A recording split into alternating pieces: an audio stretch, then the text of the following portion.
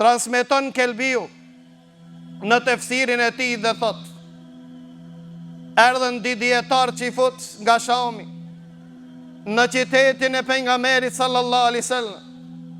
Kur arritën në qytet, i pan palmat dhe i hurmat dhe pashparitën dhe biseduan njani me qetrin dhe i than: si duket, ki është vendi dhe qyteti që jemi paralajmëruar që në akhiri zaman ka me ardhur një pejgamber.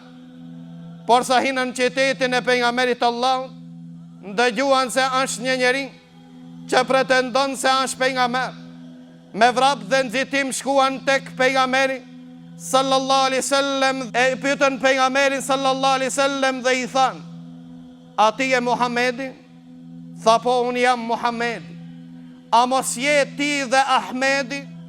Tha po, unë jam dhe Ahmedi. Pejgamberi sallallahu alaihi wasallam, siç ka në hadithet pejgamberit Allahut, ka pas më shumë se një emër. Një ndër emrat, Ahmed dhe Muhammed, i lavdruar në dunja, i lavdruar në qiell.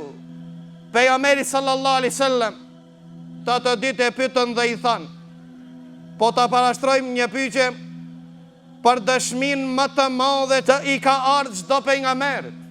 Nëse e din dhe ti ka dëshmi që ka dëshmu më i madh, për dëshmin më të madh që e ka bërë çdo pejgamber, atëherë do të i bashkangjit mu Islamit. Allahu azza wa jall në këtë rast e zbrit dëshmin më të madhe në Kur'an, në suratu Ale Imran.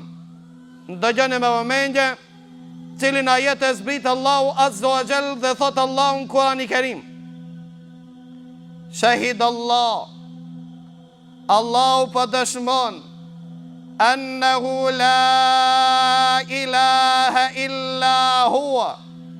Allahu azza wa jall është dëshmitari kësaj fjale. Ju bashkan gjithën dëshmisë së Allahut, wa malaikatahu, dhe melekët në qiell dëshmojnë për këtë fjalë, wa ulul ilmi qaiman bil qist. Dhe dietarët janë ata që dëshmojnë se i vetmi që meriton adhurimin, i vetmi që meriton ibadetin është Allahu azza wa jall.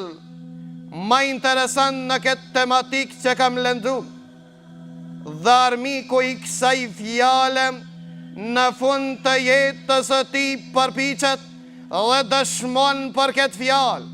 Pra për këtë arsye, na i tregojmë gjithë atyre të cilët nuk deshtën që ta kenë imam pejgamberin sallallahu alaihi wasallam, nuk e pranuan dëshmin e melekëve, po dhe nuk e pranuan dëshmin e Allahut azza wa jall.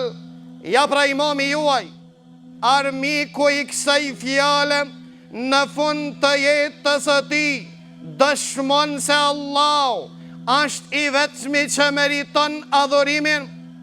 Kur dhe ai kaloi një periudhë siç jeni ju në ta dhe thonte ma alimtu lakum min ilahin ghairi, nuk di çetër zot përveç meje. Dhe ai ishte i preokupuar me dunja, dhe ai qenë i preokupuar me pozita dhe nuk pat kohë të njihet me këtë fjalë.